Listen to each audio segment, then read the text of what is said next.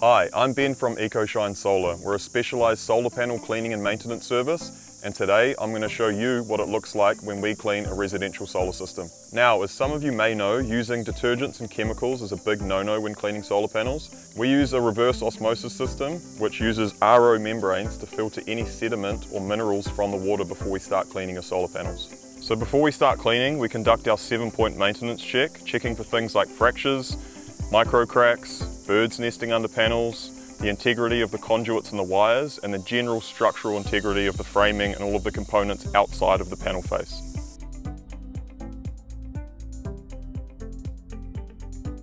So as you can see from the road, they don't look too dirty, but once you get closer, you can see a pretty solid buildup of pollen with a layer of dust over the top of it. Pollen creates a sticky layer, and then everything else that comes past in the atmosphere, like dust, ends up just sticking to that pollen. Pollen is the most common thing we see on solar panels in New Zealand, but the things to look out for, aside from pollen, is just general dust, bird droppings, lichen or salt mist.